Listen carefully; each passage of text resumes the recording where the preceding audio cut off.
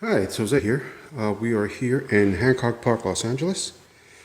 And earlier, about a week and a half ago, we did the downstairs, which are in those locations down there.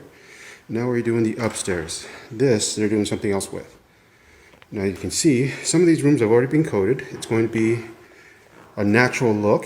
So it's finished, it's just slightly tinted.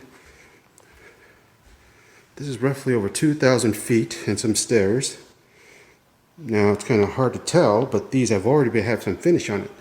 So that's what he meant by being natural.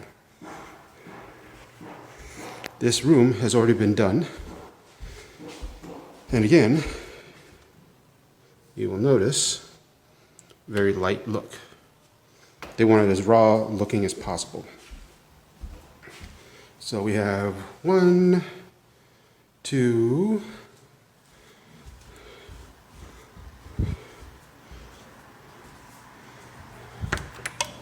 3. Someone's in there right now. A long hallway.